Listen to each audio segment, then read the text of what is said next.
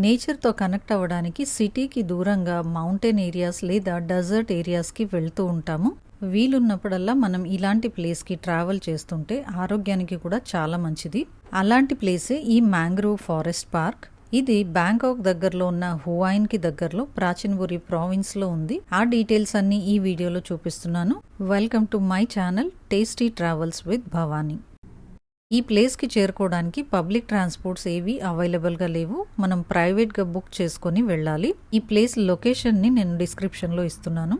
ఈ ప్లేస్కి వాకింగ్ చేయగలిగిన వాళ్ళు మాత్రమే వెళ్ళండి. ఎందుకంటే ఈ బోర్డ్ వాక్ అనేది మనకి హాఫ్ అన్ అవర్ పైనే పడుతుంది. మీరు నడిచే స్పీడ్ని బట్టి 20 minutes or హాఫ్ అన్ అవర్లో వెళ్ళొచ్చు.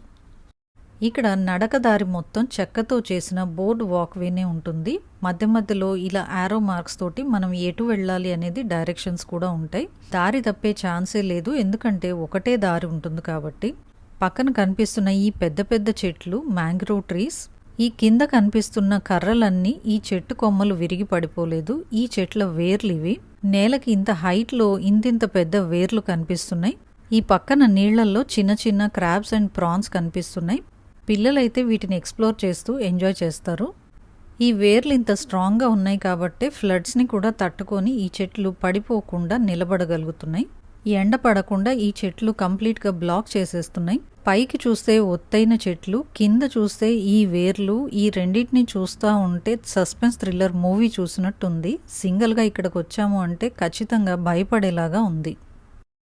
అలా కాస్త దూరం నడిచి వస్తే మనకి ఫారెస్ట్లో నుంచి బయటకు వచ్చిన ఫీల్ వస్తుంది. అంటే కాస్త ఆకాశం వెలుగు కనిపిస్తుంది. ఇక్కడ మనకి ఒక వ్యూ పాయింట్ ఉంటుంది. ఆ వ్యూ పాయింట్ ఎక్కాము అంటే 360 degreesలో ఎటు చూసినా పచ్చని చెట్లు, కొండలు తప్ప మరేమీ కనిపించవు. చాలా కామ్ అండ్ ప్లెజెంట్గా ఉంది ఈ ప్లేస్.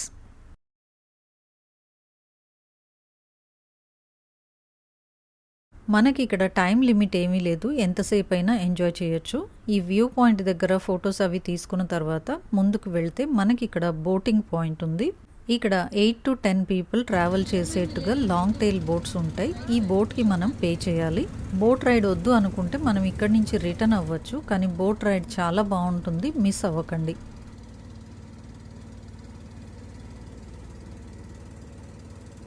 ఈ బోట్ రైడ్ 40 minutes ఉంటుంది. ఇది మోటార్ బోట్ కాబట్టి మనకు కొంచెం నాయిస్ ఉంటుంది. ఈ బోట్లో వెళ్తుంటే మనకి రెండు వైపులా చిన్నవి పెద్దవి బోట్స్ కనిపిస్తాయి. రకరకాల బోట్స్ ఇక్కడ ఉన్నాయి. ఇక్కడ కనిపిస్తున్న ఈ ఇళ్ళన్నీ మత్స్యకారుల ఇళ్ళు.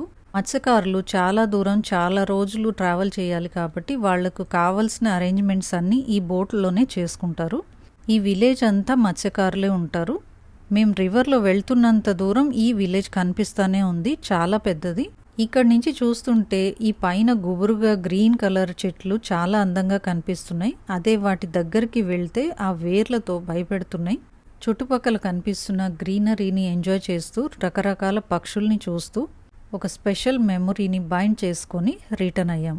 మీకు వీలున్నప్పుడు ఈ ప్లేస్ని తప్పకుండా విజిట్ చేయడానికి ట్రై చేయండి, చాలా ఎంజాయ్ చేస్తారు. ఈ వీడియో మీకు నచ్చింది అనుకుంటున్నాను. నచ్చితే ఒక లైక్ చేయండి. ఇలాంటి మంచి మంచి వీడియోస్తో మీ ముందుకు వస్తాను. Thanks for watching.